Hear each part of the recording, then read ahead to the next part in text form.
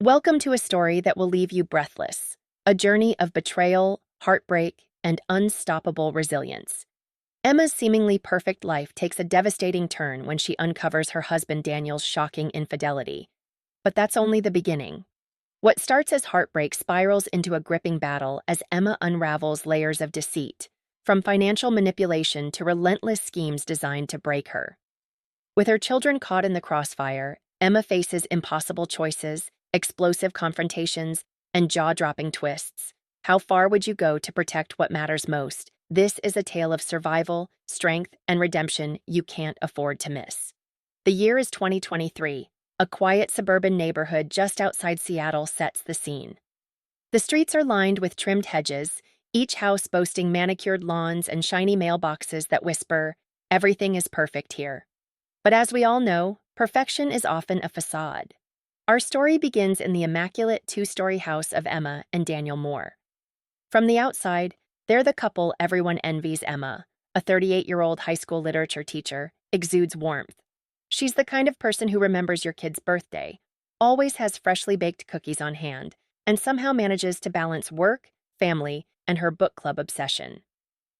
Daniel, 42, is a real estate agent known for his charisma and charm, a man who could sell snow to an Eskimo.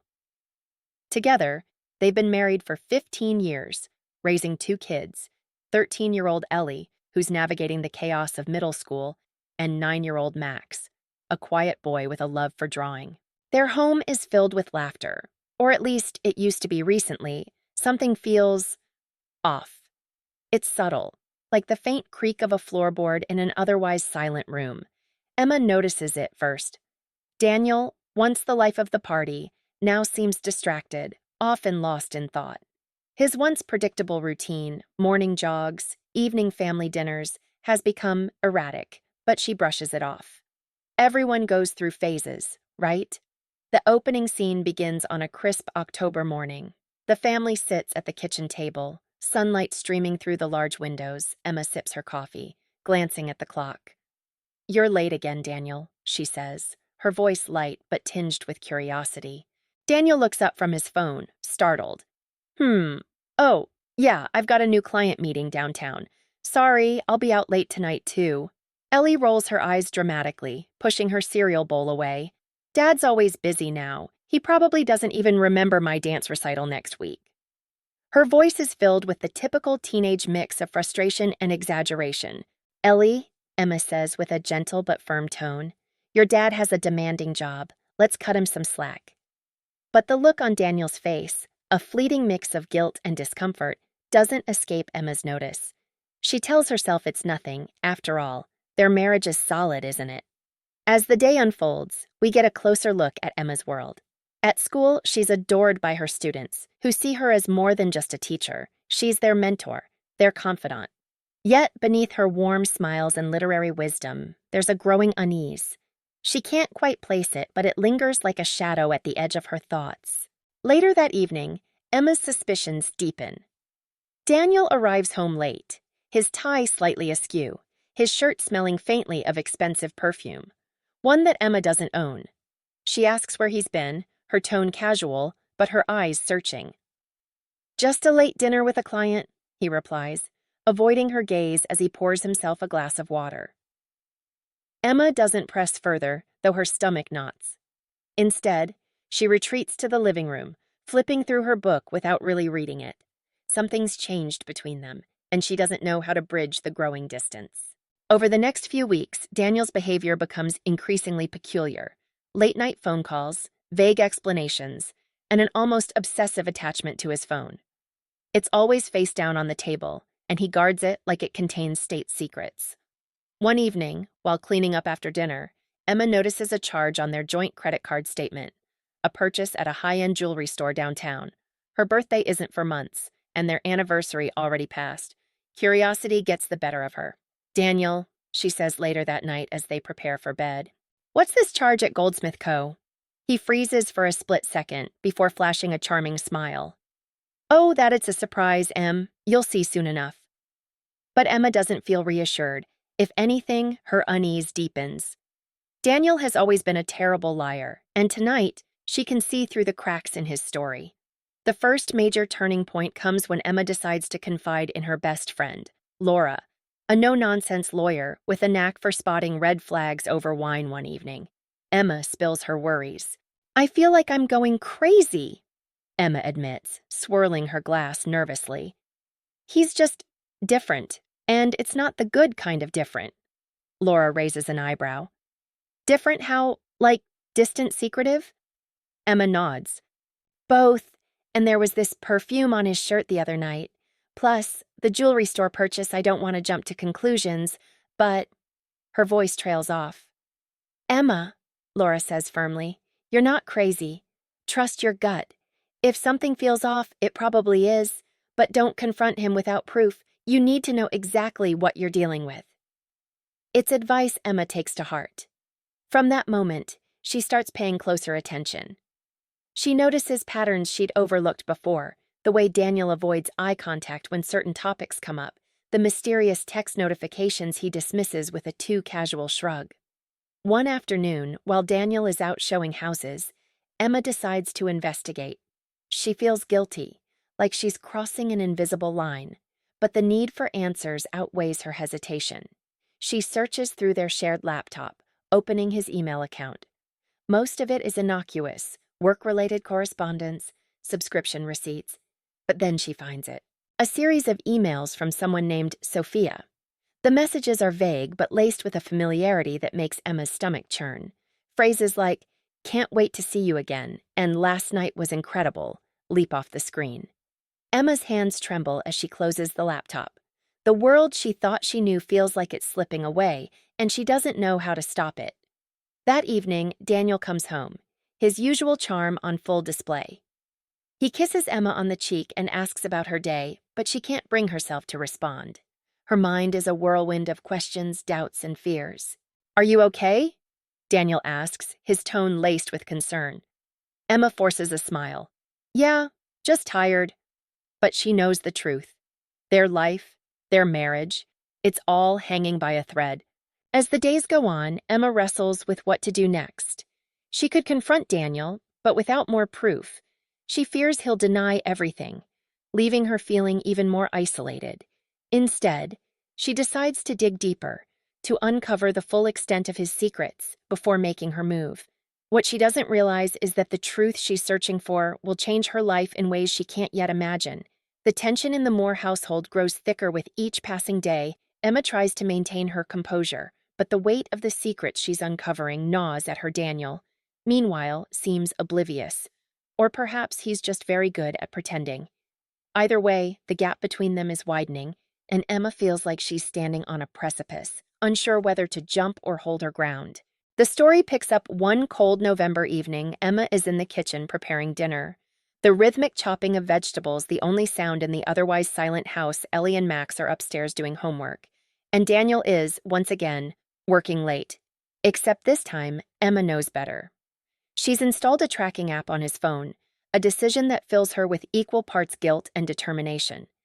As she stirs the pot of soup on the stove, her phone buzzes on the counter. She glances at the screen. The app has sent her an update. Daniel is at a location that is decidedly not his office. Her heart pounds as she clicks on the notification. The address leads to a restaurant downtown. Emma stares at the screen, a mix of anger and sadness washing over her. She knows she has two choices: confront him now or gather more information. For now, she opts for the latter. Confronting Daniel without solid proof feels like stepping into a minefield blindfolded. The following day, Emma decides to share her findings with Laura over coffee at their favorite cafe. She shows Laura the app's tracking history and the emails from Sophia. Laura's reaction is swift and blunt. "He's cheating, Emma. You don't need any more proof." Emma shakes her head. I can't believe it. After 15 years, after everything we've built together, how could he do this?" Laura reaches across the table, placing a reassuring hand on Emma's. "You're stronger than you think, but you need to decide what you want to do next. Are you ready to confront him?"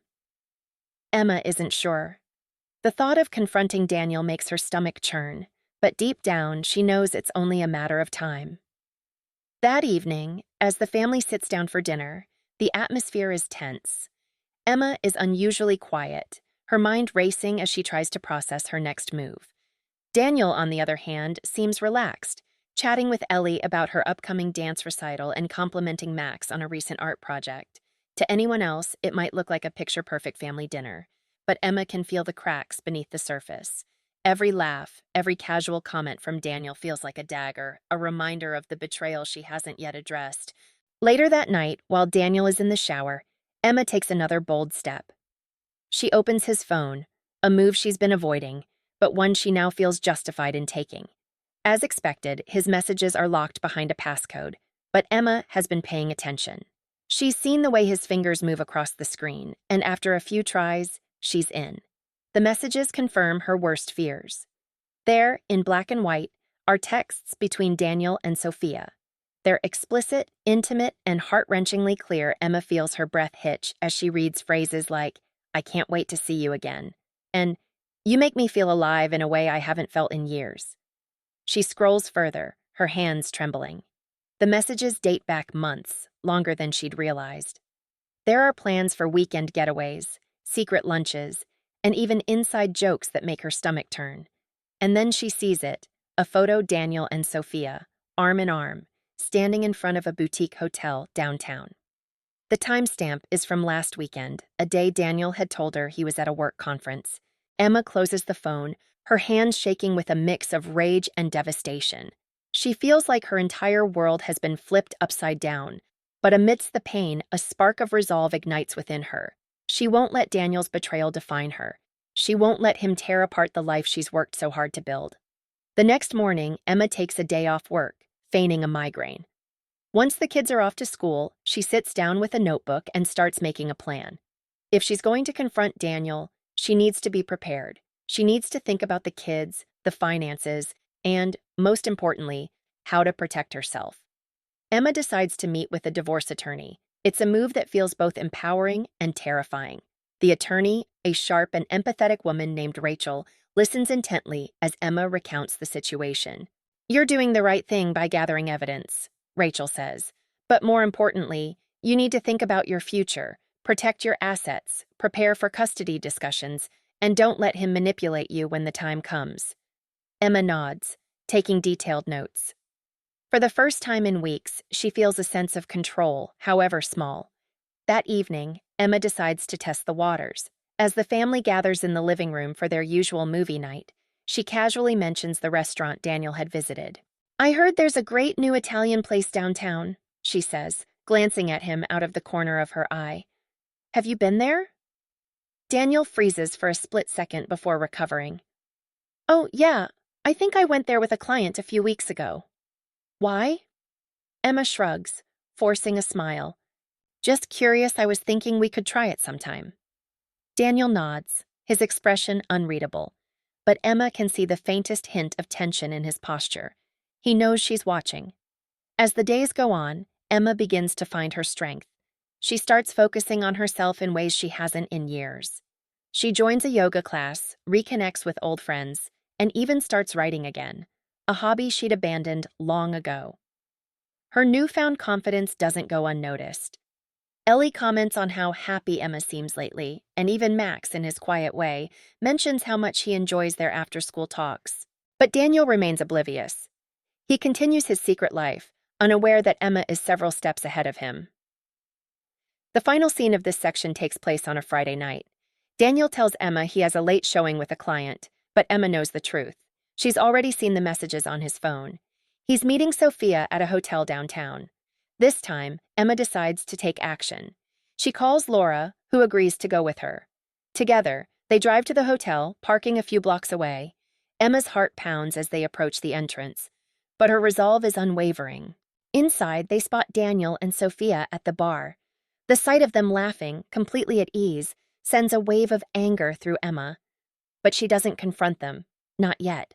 Instead, she takes out her phone and snaps a photo, the flash off, her movements discreet. As she watches them, a plan begins to form in her mind. Confronting Daniel here and now would be satisfying, but it wouldn't accomplish what she needs. Instead, she decides to wait, to gather every piece of evidence she can before pulling the rug out from under him. The night Emma snapped that photo of Daniel and Sophia at the hotel bar marked a turning point. Driving home with Laura, her mind swirled with possibilities. Confrontation was inevitable, but Emma didn't want an explosive argument fueled by emotion. No, she wanted control, complete control. And for that, she needed to wait just a little longer. The following week was one of the longest in Emma's life. Every interaction with Daniel felt like a game of chess, each move calculated to avoid arousing suspicion. On the surface, life went on as normal. They ate dinner as a family, exchanged small talk about their days, and attended Ellie's dance recital together. But beneath the surface, Emma's resolve was hardening. The first major confrontation comes one evening when Emma decides she's done playing the passive observer. Daniel is in his office, scrolling through his laptop, while Emma stands in the doorway, her arms crossed. "We need to talk," she says, her tone calm but firm. Daniel looks up, startled. "Sure. What's up?" Emma steps inside, closing the door behind her. "Where were you last Friday night?" Daniel freezes, the color draining from his face. "What do you mean I told you? I had a late showing." Emma doesn't blink. "At a hotel bar with a client named Sophia?" The silence that follows is deafening. Daniel stammers, his usually smooth demeanor cracking. I don't know what you're talking about." Emma pulls out her phone and shows him the photo she took. This is what I'm talking about, Daniel." His eyes widen as he stares at the screen, and for a moment, Emma sees something she didn't expect. Fear. But it's fleeting. He quickly recovers, attempting to spin a web of lies. "It's not what it looks like," he says, his voice desperate. "She's just a colleague, Em. We were discussing business." Emma lets out a bitter laugh. "Business, really? Because your texts say otherwise? Do I need to pull those up too?" Daniel's facade crumbles, and he slumps into his chair, his head in his hands. "I messed up," he admits quietly. "It was a mistake." Emma's anger flares. "A mistake? This wasn't a one-time thing, Daniel. I've seen the messages, the photos, the trips you planned together. Don't insult me by calling it a mistake." Daniel looks up, his eyes pleading. "I'm sorry, Emma. I didn't mean for it to get this far. I don't know, I felt stuck, like I needed something different." Emma shakes her head, her voice trembling with fury. "You felt stuck. So instead of talking to me, you decided to blow up our family. Do you have any idea what you've done?" The confrontation leaves Emma feeling both vindicated and shattered. Daniel apologizes profusely, promising to end things with Sophia and work on their marriage. But Emma isn't sure she can believe him. The trust they once shared is gone, replaced by a chasm that feels insurmountable. The tension escalates when Emma discovers that Daniel hasn't cut ties with Sophia at all. A week after their confrontation, she finds another set of messages on his phone, filled with apologies and promises to see her again. This betrayal feels like a knife twisting in her gut. That night, Emma tells Laura everything. They sit on the couch, wine glasses in hand, as Emma vents her frustration. "I can't do this anymore," she says, her voice breaking. "He doesn't respect me, Laura.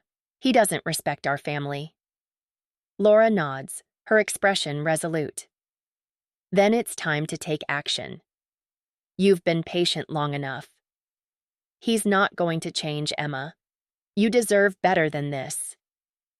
The next day, Emma meets with Rachel, the divorce attorney, to finalize her plans. Rachel is supportive, but she doesn't sugarcoat the situation. "This is going to be tough," she says. "Daniel may seem cooperative now, but once he realizes what's at stake, custody, finances, he might fight back.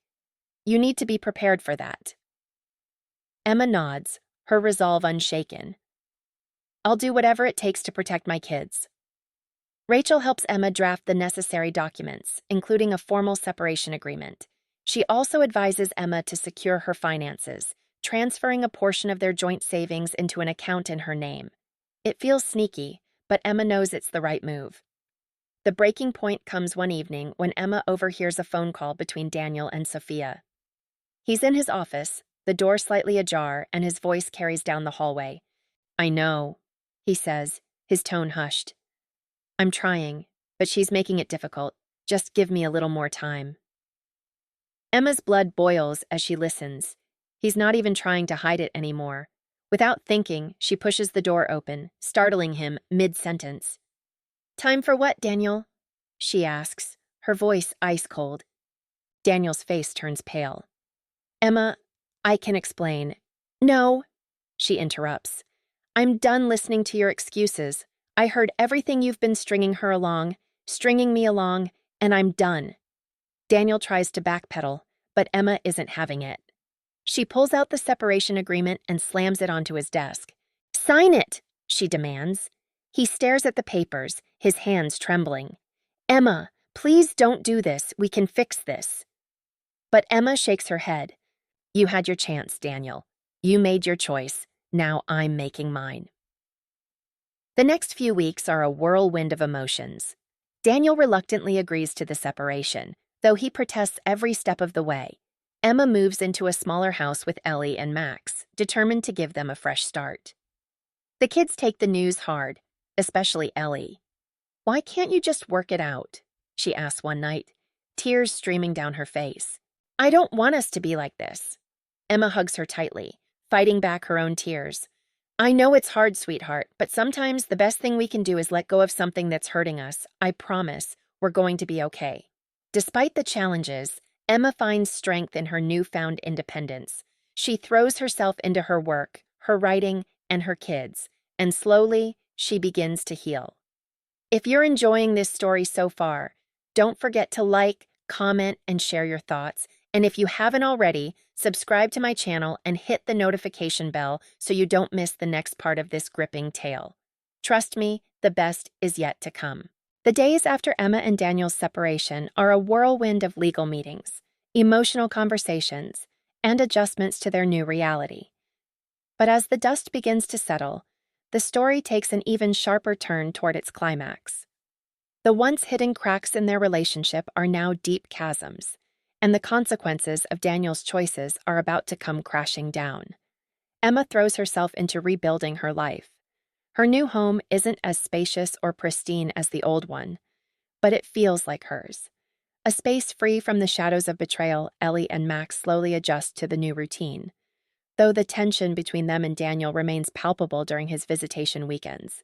Daniel, however, is not adjusting well. His attempts to reconcile with Emma have failed, and his relationship with Sophia is starting to show signs of strain. Emma discovers this by accident when she receives a call meant for Daniel. Sophia, her voice laced with anger, demands to know why he hasn't followed through on his promises. It's a pivotal moment for Emma. Until now, she's been focused on protecting herself and her kids, but hearing Sophia's voice sparks something deeper, a realization that Daniel's lies weren't just about her marriage. They were about his entire character. Fueled by this new understanding, Emma decides it's time to take back control in a way she hadn't considered before. She begins digging into Daniel's finances, something she hadn't had the energy or clarity to tackle until now. What she finds is shocking. Daniel has been siphoning money from their joint accounts for months, transferring it to a hidden account under his name. Emma takes her findings to her attorney, Rachel, who is both furious and impressed by Emma's resolve. "This changes everything," Rachel says. "We can use this to ensure you and the kids are protected." Meanwhile, Daniel's life begins to spiral. His relationship with Sophia implodes when she learns about his financial deceit. Their breakup is messy and public, culminating in Sophia showing up at one of Daniel's open houses to confront him. Clients watch in stunned silence as Sophia accuses him of being a liar and a thief, her voice echoing through the otherwise serene property. Word spreads quickly, and Daniel's professional reputation takes a hit. Once the golden boy of his real estate firm, he now finds himself avoided in the office, his colleagues whispering about the spectacle Sophia caused. At home, the tension with his kids reaches a boiling point. Ellie, who has been holding her emotions in check for weeks, finally confronts him during a dinner visit. "Why did you do it, Dad?" she asks, her voice trembling with anger. "Why did you ruin everything?" Daniel tries to deflect, but Ellie doesn't let him. "Mom doesn't deserve this. We don't deserve this." Max, usually quiet and reserved, surprises everyone by chiming in. "You lied to us," he says simply, his voice filled with hurt. The confrontation leaves Daniel shaken. For the first time, he's forced to face the reality of what he's done, not just to Emma, but to his children. But instead of taking accountability, he begins to lash out, blaming Emma for turning the kids against him. As Daniel's life crumbles, Emma's starts to bloom. She gains confidence in her independence, finding solace in small victories, nailing a lesson plan at work, receiving a heartfelt thank you note from a student, or laughing with her kids during game night. She also begins to explore her creative side, returning to writing with a newfound passion. Her short stories, filled with themes of resilience and self-discovery, gain traction in local literary circles. It's a quiet but profound triumph, a reminder that she is more than what Daniel's betrayal tried to reduce her to. One evening, Emma receives a call from her publisher, offering to feature one of her stories in a prominent literary magazine. It's a dream come true, and for the first time in a long time, she feels a sense of genuine pride and joy. The climax of the story unfolds during a court hearing to finalize the divorce and custody arrangements. Daniel, desperate to regain some semblance of control, tries to paint Emma as an unfit mother, citing her emotional instability and accusing her of manipulating their children. But Emma, armed with the evidence she's gathered and the support of her attorney, is ready.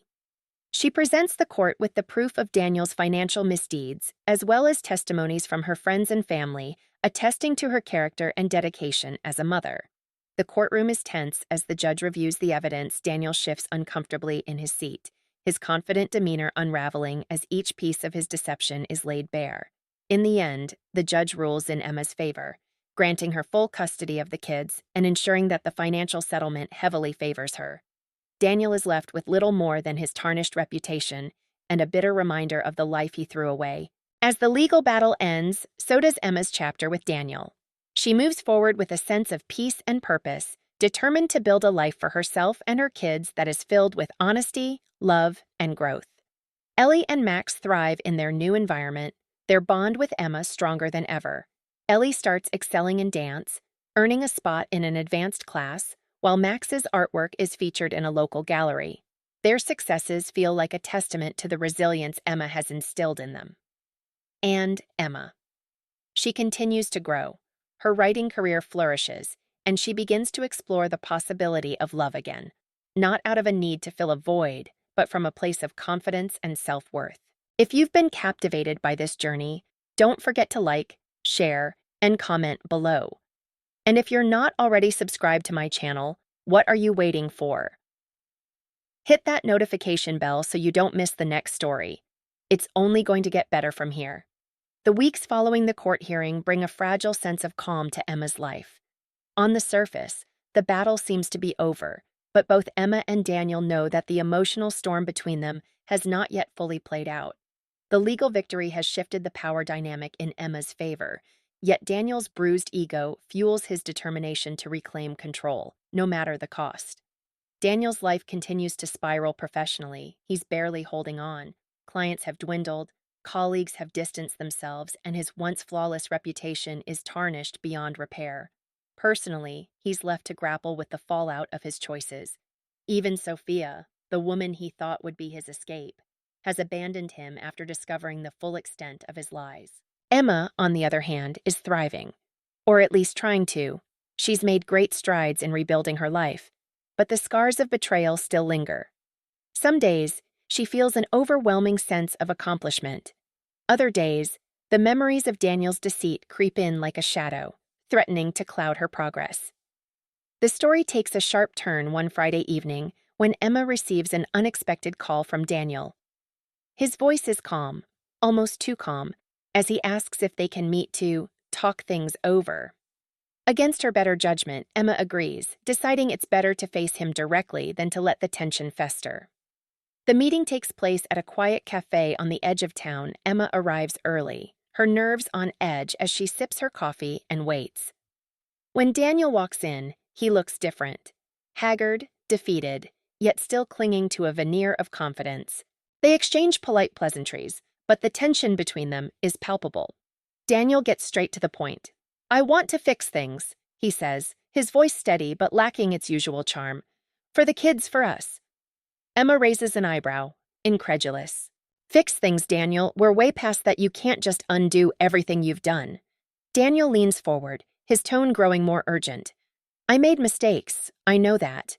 But I've been thinking, maybe we can start over for the sake of the family. Emma feels a surge of anger rise within her. Start over. After everything you put me through, after lying, cheating, stealing. Do you even hear yourself? Daniel's calm facade begins to crack. You're not perfect either, Emma. Don't act like you didn't play a part in this. Emma's eyes narrow. You don't get to rewrite the narrative, Daniel. I wasn't the one sneaking around, betraying my family. That was all you. Their voices rise, drawing glances from other patrons. Emma takes a deep breath, regaining her composure. This isn't about blame anymore, it's about moving forward, and I've already made my choice, I'm done. Daniel's face hardens. You'll regret this, he says, his voice low but filled with venom. Mark my words. Emma leaves the cafe feeling shaken but resolute. She's no longer the same person who once feared confrontation. She knows her worth, and she refuses to let Daniel manipulate her any longer. However, Daniel's parting words linger in her mind. There's something ominous about them, a sense that he's not willing to let go as easily as she'd hoped. Over the next few days, Daniel begins to show his true colors. He uses his limited visitation rights with the kids as an opportunity to plant seeds of doubt in their minds. Your mom's making this harder than it needs to be, he tells Ellie during one visit. I just want what's best for you and Max. Ellie, still grappling with the upheaval of her family life, begins to question her loyalties. Max, too young to fully understand the nuances of the situation, grows quieter and more withdrawn. Emma notices the changes in her children and feels a pang of guilt, wondering if her decision to leave Daniel has caused them more harm than good. The story's intensity reaches a new level when Emma discovers that Daniel has been violating the terms of their custody agreement.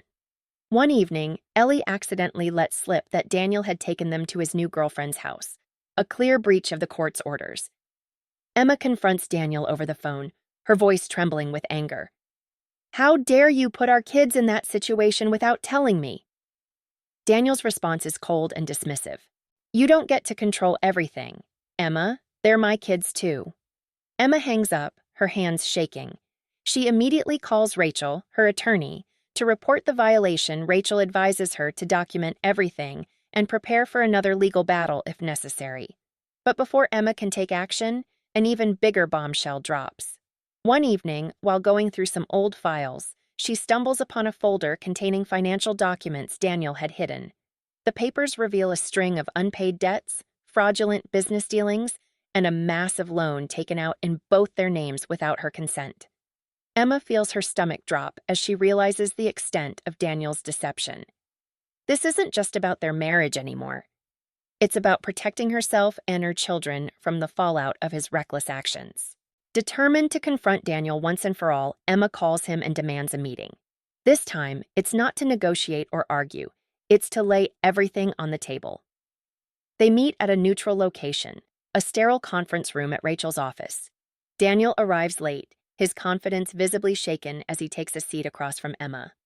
I know everything, Emma begins, sliding the financial documents across the table. The debts, the fraud, the loan, you've been lying to me for years, Daniel, and now it's over. Daniel's face pales as he scans the documents. Emma, I can explain. No, she interrupts, her voice firm. I don't want your explanations. I want accountability, and I want you out of our lives for good. Rachel steps in, presenting Daniel with a new legal agreement that protects Emma and the kids from any financial liability tied to his actions. Sign this, she says, or we'll take this to court. For the first time, Daniel looks truly defeated. He knows he has no leverage left, no lies to fall back on. Reluctantly, he picks up the pen and signs the papers, sealing his fate. As Daniel leaves the conference room, Emma feels an overwhelming mix of emotions: relief, sadness, and a newfound sense of freedom. She's finally taken back control of her life, but the scars of Daniel's betrayal will take time to heal. The kids, too, begin to heal in their own way. Ellie opens up to Emma about her feelings, admitting that she struggled to reconcile her love for her dad with the pain he's caused Max. With Emma's encouragement, begins to express himself more through his art, using his drawings as a way to process his emotions, and Emma. She finds solace in her writing, pouring her experiences into a novel that captures the resilience of the human spirit. The process is cathartic, a reminder that even in the face of betrayal and heartbreak, there is always room for growth and renewal. If this story has kept you on the edge of your seat, don't forget to like, comment, and subscribe. Share your thoughts below and let me know if you've ever faced a moment of truth in your own life. And of course, hit that notification bell so you don't miss the next chapter of this gripping journey. The tension has reached its breaking point, and the story barrels toward its climactic moment. Emma's world is no longer teetering on the edge, it's in freefall. But as the chaos intensifies, she finds an inner strength she didn't know she possessed. This section brings together all the threads, building to a dramatic confrontation that will redefine her future. In the weeks following the signing of the legal agreement, Emma begins to feel a sense of calm, but it's fragile at best. The financial situation is secure, the kids are adjusting, and Daniel has retreated into the background, his presence reduced to sporadic visitation with Ellie and Max. Yet Emma can't shake the feeling that something is still lurking beneath the surface, unfinished, unresolved. Her intuition proves correct when she receives an envelope in the mail. It's thick and unmarked, and as she opens it, a wave of dread washes over her. Inside are copies of documents related to Daniel's fraudulent business dealings. But these aren't just the ones Emma already discovered. These implicate her name directly, showing forged signatures and falsified information that make it appear she was complicit. Her hands tremble as she flips through the pages, her mind racing. Daniel had assured her he would take full responsibility for his actions, but it's clear now that he set her up as a scapegoat. The stakes have never been higher. Emma wastes no time. She calls Rachel, who agrees to meet her immediately. Together, they pore over the documents, searching for any inconsistencies that might prove Emma's innocence. "This is bad," Rachel says, her tone grim. "If this goes public, or worse, if he tries to use it in court, it could destroy everything we've worked for." Emma feels a surge of panic, but forces herself to stay calm. "What do we do?" Rachel leans back in her chair, her expression thoughtful. "We need to find the source. Whoever created these documents likely left a trail. If we can trace it back to Daniel, we'll have the leverage we need." The search begins in earnest. Emma and Rachel dig through old emails, financial records, and even Daniel's social media accounts, looking for any clue that might tie him to the forgery. It's painstaking work, but Emma is fueled by a mix of anger and determination. She refuses to let Daniel win. The breakthrough comes from an unexpected source. One evening, Emma receives a call from an unknown number. The voice on the other end is hesitant but familiar. "Emma, it's Sophia." Emma's heart skips a beat. "What do you want?" "I heard what Daniel's been doing," Sophia says, her tone surprisingly sincere. "I had no idea he was capable of this. I want to help." Emma is skeptical. "Why now? Why should I trust you?" Sophia sighs. "Because I've seen what he's done to you. And to me, he's a liar, and I don't want to be part of his games anymore." Reluctantly, Emma agrees to meet Sophia. Over coffee, Sophia reveals that she has access to emails and documents that could prove Daniel's involvement in the forgery. "He used my computer for some of it," she admits, shame coloring her voice. "I didn't realize what he was doing until it was too late." Emma feels a mix of gratitude and unease. Trusting Sophia is a gamble, but it might be the only way to clear her name. With Sophia's help, Emma and Rachel piece together a damning case against Daniel. They find records of him transferring funds, forging signatures, and even sending emails to a fake Emma Moore account to create a false paper trail. The tension reaches its peak when Emma decides to confront Daniel directly. This time, she's not meeting him in a quiet cafe or a neutral office. She's taking the fight to his territory. She shows up unannounced at one of his open houses, her presence a stark contrast to the polished veneer he's trying to maintain. The room falls silent as she strides in, her confidence radiating. "Emma," Daniel says, his voice tight with forced politeness. "What are you doing here?" She holds up a folder, her voice steady but laced with anger. "I know what you've been doing, Daniel, the forgery, the lies. It's all over." Daniel's expression darkens. You don't know what you're talking about. Don't I? Emma counters, opening the folder and pulling out the evidence. I have everything I need to prove what you've done. Emails, bank records, even witnesses. Daniel's mask of composure cracks, and for a moment he looks genuinely afraid, but then he straightens, his voice dripping with condescension. You think you can take me down? You're not as smart as you think, Emma.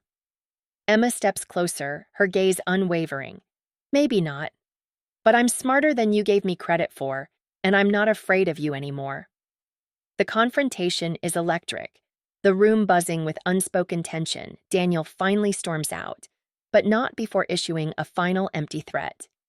You'll regret this. In the days that follow, Emma takes the evidence to the authorities, filing formal charges against Daniel.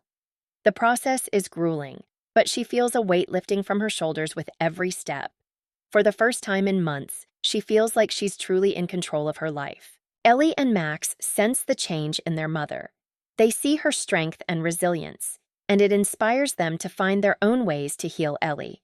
Channels her emotions into dance, while Max throws himself into his art, creating pieces that reflect both the pain and the hope they've experienced as a family. And Emma, she finishes her novel, pouring every ounce of her journey into its pages. When it's published, it resonates with readers around the world, a testament to her resilience and her refusal to let betrayal define her. The story's momentum surges forward as the final pieces of the puzzle fall into place. Emma, armed with the evidence against Daniel, is preparing for what she hopes will be her last battle. But Daniel, cornered and desperate, refuses to go down without a fight. The stakes are higher than ever as both sides clash, their lives and futures hanging in the balance. Just when Emma feels like she has the upper hand, an unexpected twist shakes her confidence. Late one evening, she receives a call from Rachel. Emma, there's been a development, Rachel says, her tone grim. Daniel has filed a countersuit. Emma's heart sinks. What? On what grounds? Rachel hesitates. He's claiming emotional distress and financial sabotage. He's accusing you of coercing Sophia to fabricate evidence and using the divorce proceedings to ruin his career. Emma feels the room spinning. That's absurd. How can he even prove that? He can't, Rachel assures her. But it's a classic move. Muddy the waters to make you look just as guilty he's trying to wear you down. Emma clenches her fists, anger and frustration coursing through her. He's not going to win, not this time. The courtroom becomes the stage for the ultimate showdown. Emma and Daniel, once partners in life, now sit on opposite sides, their legal teams flanking them like warriors ready for battle. Daniel's lawyer paints a picture of him as a victim, a man whose life was systematically dismantled by a vengeful ex-wife. The narrative is full of half-truths and outright lies, designed to cast doubt on Emma's character. But Emma and Rachel come prepared. When it's their turn, they present the evidence with surgical precision. The forged documents, the fraudulent transactions, the testimonies from Sophia and others who witnessed Daniel's deceit firsthand. The tension in the courtroom is palpable as each side presents their case. Daniel's smug demeanor falters with every piece of evidence Rachel lays before the court. By the time Sophia takes the stand, confirming her role in uncovering Daniel's schemes, his confidence is in tatters. One of the most emotional moments of the trial comes when Ellie is called as a witness. At 13, she's old enough to understand the gravity of the situation, and her testimony carries weight. Emma watches with a mix of pride and heartbreak as Ellie takes the stand. Her voice trembles at first, but she quickly finds her strength. My dad used to be my hero, Ellie says, her eyes darting toward Daniel. But heroes don't lie to their families. They don't hurt the people who love them. Her words cut through the courtroom like a knife. Even Daniel looks shaken, his gaze dropping to the table in front of him. Ellie's testimony solidifies what everyone already knows. Daniel's actions have left a trail of pain and betrayal that can't be ignored. The climax of the story unfolds outside the courtroom. On the evening before the final ruling, Emma receives a call from Daniel. Against her better judgment, she answers. Emma, he begins, his voice unusually soft. Can we talk, just the two of us? Emma hesitates, her instincts screaming at her to hang up. But something in Daniel's tone, a mix of desperation and regret, makes her agree to meet him. They meet at a park, The moon casting a pale glow over the empty benches and pathways, Daniel looks worn, his usual charm replaced by a hollow, haunted expression. "I've lost everything," he says, his voice barely above a whisper. "The house, my career, my kids. I don't even know who I am anymore." Emma feels a pang of sympathy, but quickly pushes it aside. "You did this to yourself, Daniel. You lied, you cheated, you forged my name on documents, you made your choices." Daniel nods, his shoulders slumping. "I know, and I'm sorry, Emma, for everything." For a moment, Emma wonders if this is genuine, if Daniel is finally taking responsibility. But then he looks up, and she sees something in his eyes. Not remorse, but calculation. "You don't have to destroy me completely," he says, his tone shifting. "We could find a way to coexist, to move forward without all this." Emma's resolve hardens. "You still don't get it, do you? This isn't about revenge, Daniel. It's about accountability. And I'm not going to stop until you face the consequences of what you've done." Daniel stares at her, his expression unreadable. "You'll regret this," he says quietly before walking away. The next day, the courtroom is packed. As the judge delivers the final verdict, Emma sits with Rachel by her side, her heart pounding in her chest. The ruling is swift and decisive. The judge declares Emma the rightful guardian of her children, dismisses Daniel's countersuit as baseless, and orders him to pay restitution for the financial damages he caused. Emma exhales a shaky breath, relief washing over her. It's over. She's won. In the days following the trial, Emma begins to piece her life back together. The weight of the past few months doesn't disappear overnight, but there's a lightness in her step that hasn't been there in years. Ellie and Max thrive in their new routine, their laughter filling the house once again. Emma's novel, inspired by her journey, becomes a bestseller, and she's invited to speak at literary events about resilience and starting over. As for Daniel, his life takes a darker turn. Stripped of his reputation and resources, he's forced to confront the reality of his actions. Emma hears through mutual acquaintances that he's moved out of state, a shadow of the man he once was. But Emma doesn't dwell on Daniel's downfall. Her focus is on the future, on her kids, her career, and the life she's building one day at a time. The story ends with Emma standing on the porch of her home, watching Ellie and Max play in the yard. The setting sun casts a warm glow over the scene, and for the first time in a long time, Emma feels at peace. "I never thought I'd be here," she reflects, her voice steady. "But sometimes, the hardest battles lead to the most beautiful victories." Thank you for following this incredible journey. If you've been inspired by Emma's story, don't forget to like, comment, and share your thoughts below. And if you're not already subscribed, hit that button and turn on notifications so you never miss another story that reminds us of the strength we all have within. The dust may have begun to settle in Emma's world, but the echoes of Daniel's manipulation are far from silenced. Just as she begins to embrace her newfound stability, an unforeseen twist brings her resilience to the forefront once again. This chapter of the story hurtles toward its ultimate climax, where the stakes rise higher than ever, and Emma must face the final test of her strength and determination. It starts with a single phone call. Emma is preparing dinner when her phone buzzes on the counter. She glances at the screen. An unknown number. Against her better judgment, she answers. "Emma Moore?" The voice on the other end is unfamiliar, brisk, and professional. "Yes, this is Emma," she replies, her voice cautious. "This is Detective Harris with the Fraud Division. We've received a report regarding allegations of embezzlement involving your name. We need you to come in for questioning." Emma's stomach drops. "Excuse me, embezzlement? There must be some mistake." But as the detective continues, outlining details that sound eerily familiar, Emma realizes the source of the allegations. It's Daniel. Even after everything, he's found a way to drag her back into his web. Emma meets with Rachel the next morning, her anxiety barely contained. "He's trying to ruin me," she says, pacing Rachel's office. "I thought we were done. I thought I'd won." Rachel's expression is calm but serious. "Emma, this isn't just about revenge for him anymore. He's desperate, and desperate people do dangerous things. But we've dealt with him before, and we'll deal with him again." Together, they prepare for the investigation. gathering every piece of evidence that clears Emma's name. The stakes are higher this time. Not just her reputation, but her freedom hangs in the balance. Emma knows she can't afford to falter. As Emma juggles meetings with lawyers and investigators, Ellie and Max begin to notice the strain. One evening, Ellie approaches her mother, her voice hesitant but determined. "Mom, is this about Dad?" she asks. "Is he doing something bad again?" Emma hesitates, not wanting to burden her daughter, but she also knows Ellie deserves the truth. "Yes," she says gently, "but I'm handling it." Ellie's brow furrows. "No, we're handling it, Max and I. We're part of this family too." Her words bring tears to Emma's eyes. For so long, she's tried to shield her children from the fallout of Daniel's actions, but now she realizes they're stronger than she gave them credit for. Together, they brainstorm ways to support Emma, from organizing documents to simply reminding her that she's not alone.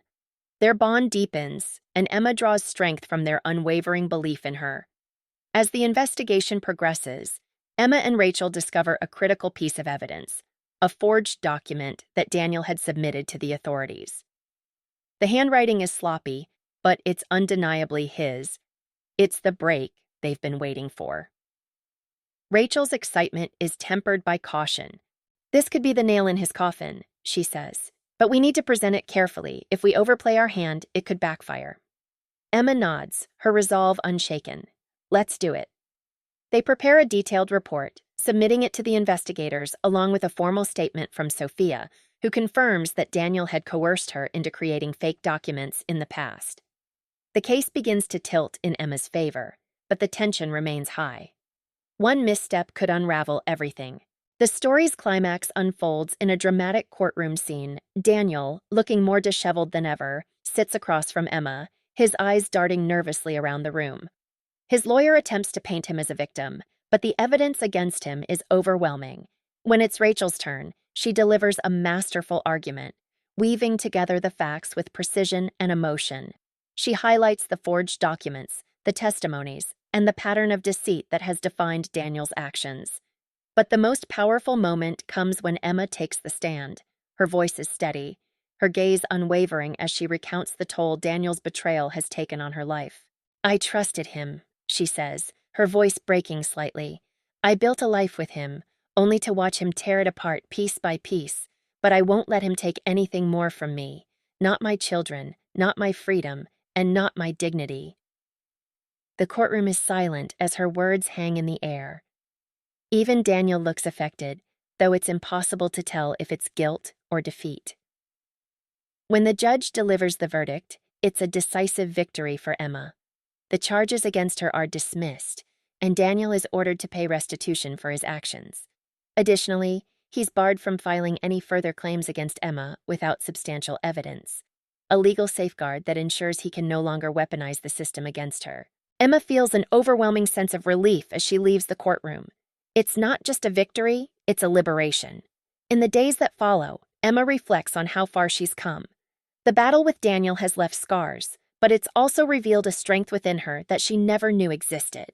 She pours her experiences into her writing, completing her second novel, a story of resilience and redemption that quickly becomes a bestseller. Ellie and Max, too, have grown from the experience. Ellie channels her emotions into her dance, earning a scholarship to a prestigious program, while Max continues to use his art as a form of self-expression. As for Daniel, he fades into obscurity, his attempts to rebuild his life hampered by the damage he's done. Emma doesn't dwell on his fate. Her focus is on the future, on the life she's built with her children, free from the shadow of his deceit. The story closes with a quiet moment. Emma, Ellie, and Max sitting together on their porch, watching the sunset. The sky is painted in hues of orange and gold, a reminder that even after the darkest storms, light can find its way through. Emma smiles, her heart full. "We made it," she says softly, her words carrying a weight of triumph and hope. And as the sun dips below the horizon, it feels like the beginning of a new chapter, one filled with endless possibilities. As the story hurtles toward its climactic conclusion, the stakes are higher than ever for Emma and her children. Every choice, every revelation, builds tension, propelling the narrative to a dramatic and emotional peak. Emma's life finally seems to be falling into place. The court's ruling in her favor has brought a sense of closure, and the weight of Daniel's manipulations has begun to lift. She's thriving professionally, her second novel climbing the bestseller lists, and her relationship with Ellie and Max is stronger than ever. For the first time in what feels like years, Emma allows herself to believe that the worst is behind her. But the peace is short-lived. One evening, as Emma sits in her living room editing her latest manuscript, there's a loud knock at the door. She glances at the clock, 9:30 p.m. An unusual hour for visitors. Her stomach tightens as she opens the door to find Daniel standing there, disheveled and visibly intoxicated. "What do you want, Daniel?" she asks, keeping her voice steady. He stumbles slightly, his words slurred. I just wanted to talk to explain." Emma steps back, her instincts screaming for her to close the door. "You need to leave." But Daniel doesn't budge. "You think you've won, don't you?" he says, his tone shifting to something darker. "You took everything from me, my career, my kids, my life, and now you're just sitting here like nothing happened?" Emma's heart pounds as she moves to grab her phone. "Daniel, if you don't leave, I'm calling the police." His expression flickers with rage, but before he can respond, Ellie appears at the top of the stairs. "Mom, what's going on?" Emma glances up at her daughter, her voice firm. "Go back to your room, Ellie." Daniel looks up at Ellie, and for a moment, his expression softens. "Ellie, sweetie, I just wanted to see you." "Go back to your room," Emma repeats, her voice sharper now. Ellie hesitates, then retreats, her footsteps echoing down the hallway. Emma turns back to Daniel, her resolve hardening. "This is the last time you'll ever come to this house uninvited. Leave now." Something in her tone cuts through his drunken haze, and he finally steps back. "You think you're better than me," he mutters before turning and stumbling into the night. The next morning, Emma files a restraining order against Daniel. The experience leaves her shaken, but she refuses to let it derail the progress she's made. Ellie and Max, though rattled by the encounter, rally around their mother, their trust in her unwavering. The tension reaches a boiling point when Emma learns that Daniel has violated the restraining order, showing up unannounced at Max's school. Though the school staff intercept him before he can cause a scene, the incident is enough to reignite Emma's fears. "It's like he's trying to sabotage everything," Emma confides to Rachel during a tense meeting. "I don't know what he's capable of anymore." Rachel nods, her expression grim. "We'll escalate the case." "But Emma, you need to be careful. Desperate people do desperate things." The story's climactic turning point comes during a community event at Ellie's dance school. It's a celebration of the students' accomplishments, and Emma is there with Max, beaming with pride as Ellie performs a solo she's worked on for weeks. But just as the applause begins, Emma catches sight of Daniel lurking near the back of the auditorium. Her heart stops. He shouldn't be here, not with the restraining order in place. Emma signals to one of the event organizers, who discreetly calls the police. Meanwhile, Daniel edges closer, his presence like a dark cloud over what should be a joyous moment. When the police arrive, Daniel resists their attempts to escort him out, shouting accusations and drawing the attention of the crowd. Ellie, standing on stage, looks on in horror as her father is handcuffed and led away. The scene is chaotic and heartbreaking, but it also marks a turning point for Emma and her children. For the first time, Daniel's actions are fully exposed to the community, leaving no doubt about the depth of his instability. In the aftermath of the event, Emma sits down with Ellie and Max to address what happened. Ellie, who has always struggled to reconcile her love for her father with his destructive behavior, breaks down in tears. "I don't understand why he's like this," she says, her voice trembling. "Why can't he just be normal?" Emma pulls her daughter into a tight embrace. "It's not your fault, Ellie. None of this is your fault. Your dad has made choices, bad ones, but that doesn't mean you have to carry the weight of them." Max, usually quiet during such conversations, surprises Emma by speaking up. "We're better without him, aren't we?"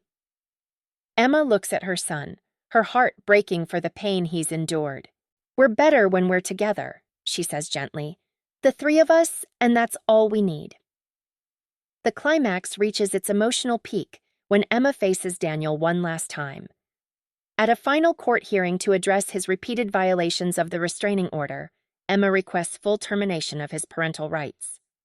Daniel, now visibly diminished, tries to plead his case. "I love my kids," he says, his voice cracking. "I just want a chance to be their father." But Emma stands firm.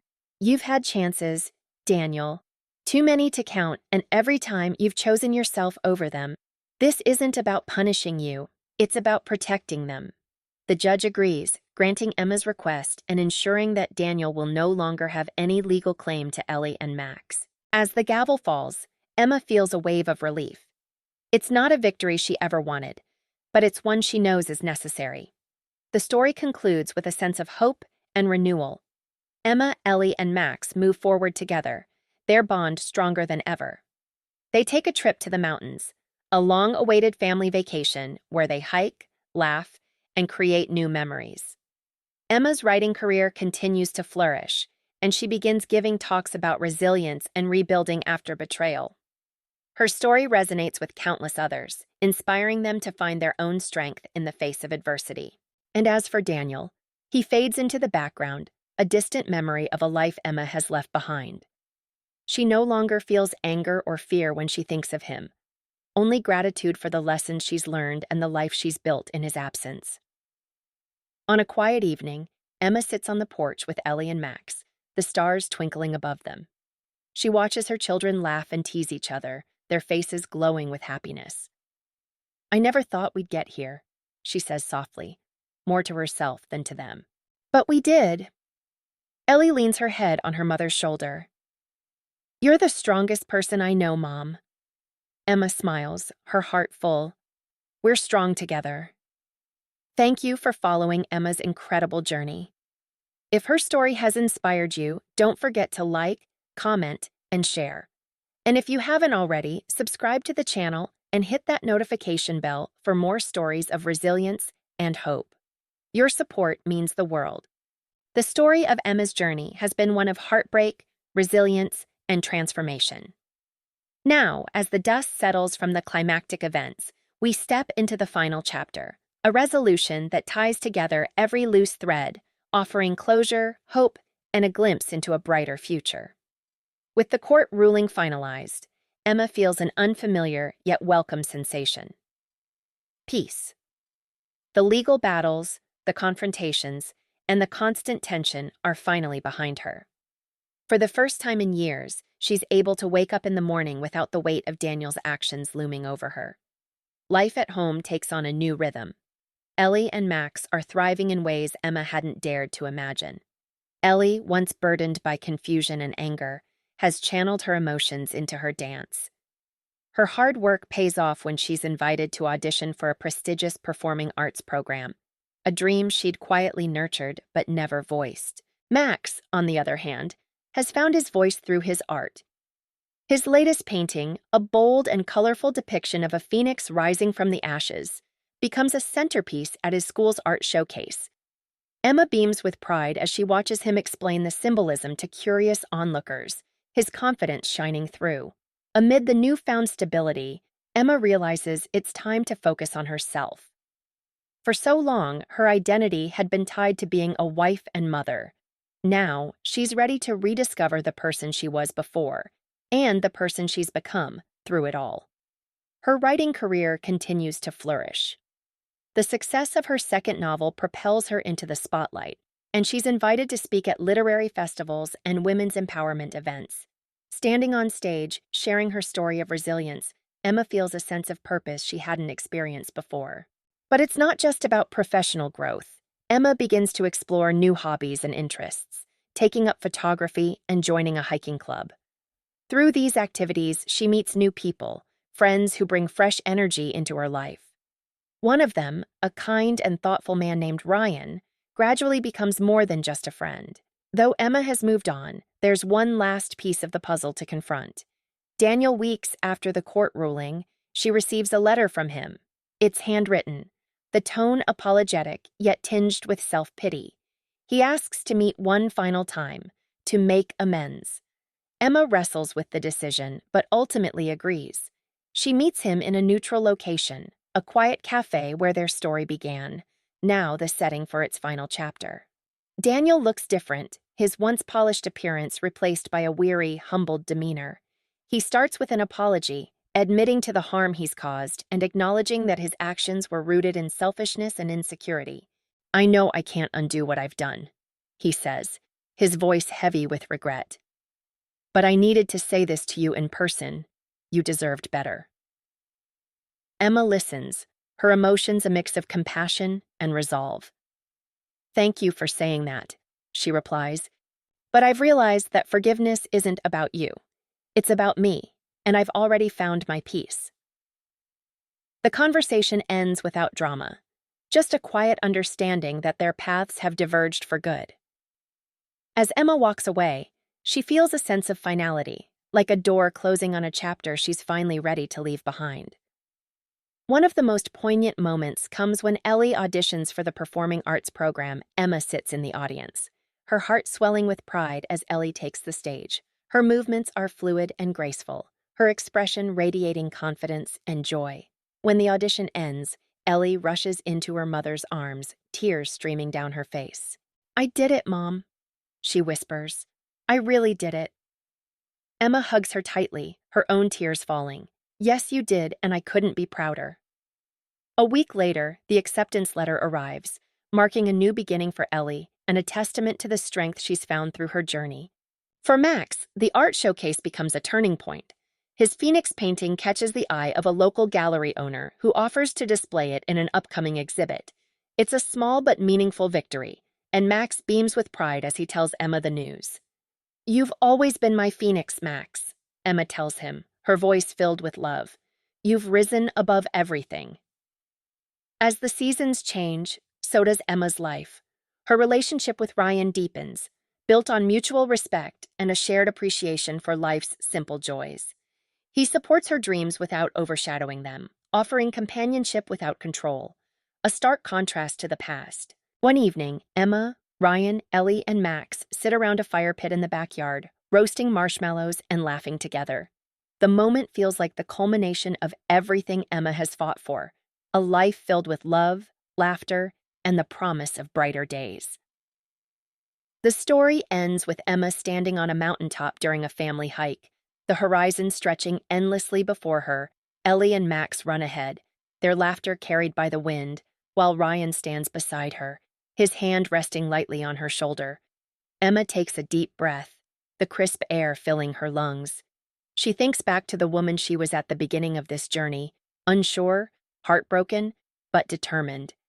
And she smiles, knowing that every challenge, every tear, every hard-won victory has led her to this moment. "Life isn't about the battles we face," she says softly. "It's about who we become because of them." As the sun sets, painting the sky in hues of gold and orange, Emma turns to her children and calls out, "Let's keep going. There's so much more to see." And with that, they move forward, together. Thank you for being part of this incredible journey. If Emma's story has inspired you, don't forget to like, comment, and share your thoughts below. Make sure to subscribe to the channel and hit that notification bell, so you never miss another story of resilience, growth, and hope. Your support means everything. Stay tuned for more stories that remind us all of the strength we carry within.